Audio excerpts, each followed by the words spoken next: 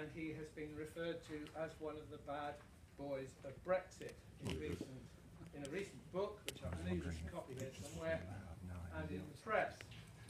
He's also written various articles that have been published in the press, and those of you who watched Question Time last Thursday will have seen him on the panel there. He's proved to be a very articulate speaker, so without much more ado, I'll give you Richard Tice.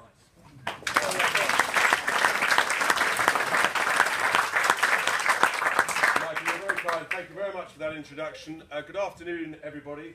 If I haven't already spoken to you, thanks very much for coming and supporting the Conservative Party. So, Brexit. You know, there's a similarity between Brexit and, believe it or not, growing up here at Teeton. The similarity is that it's a wonderful, wonderful opportunity. There is also a key difference between Brexit and growing up here at Teeton, because when you grew up here at Teeton, you always knew who was the boss. and let me assure you, there was no backseat driver. It's been quite a journey since we started our campaign 2.5 years ago. We had no idea that we would end up being labelled the bad boys of Brexit. And of course, and the book's there. We had no idea that it would lead to the removal of one Prime Minister, nearly the removal of a second Prime Minister, which, heaven forbid, might have heralded the arrival of a communist running our country. It slightly brings into mind that famous Michael Caine quote in that great film, The Italian Job. You're only supposed to blow the bloody doors off.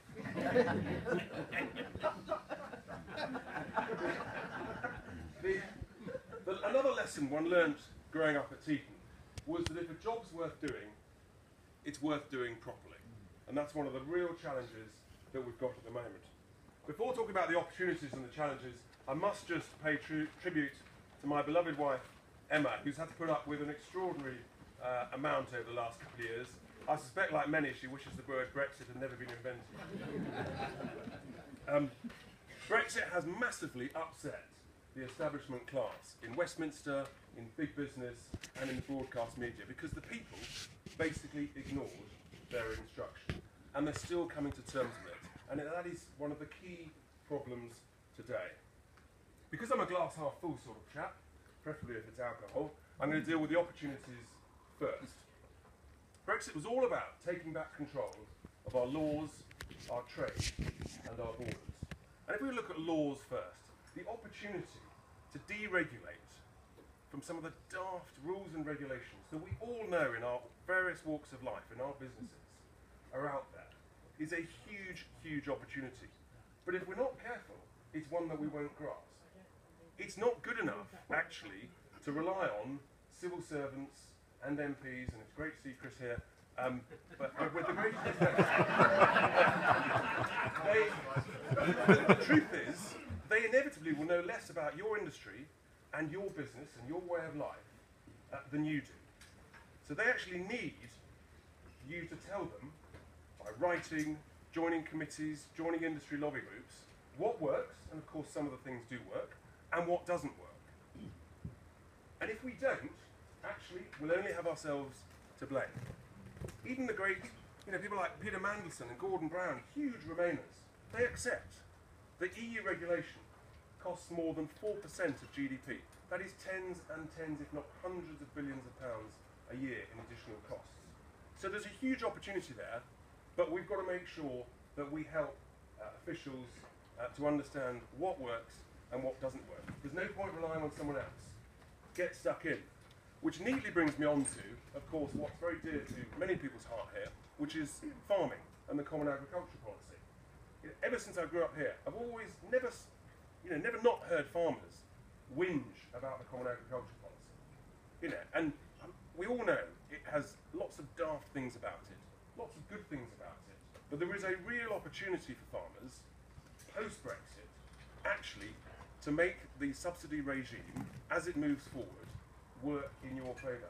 Get rid of the daft regulations, tell people what works and what doesn't work, but please, whatever you do not rely on the NFU or the CLA to do that job for you.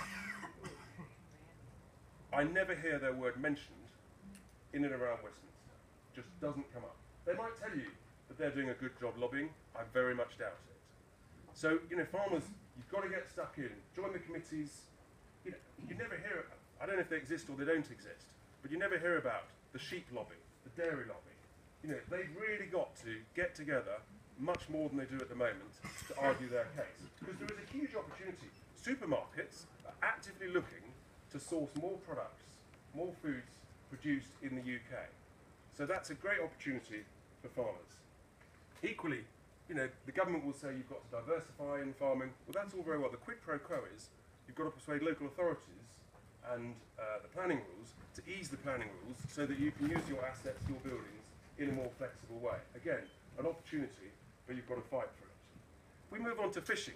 You know, the fishing fleet was decimated when we joined the EU. Absolute tragedy.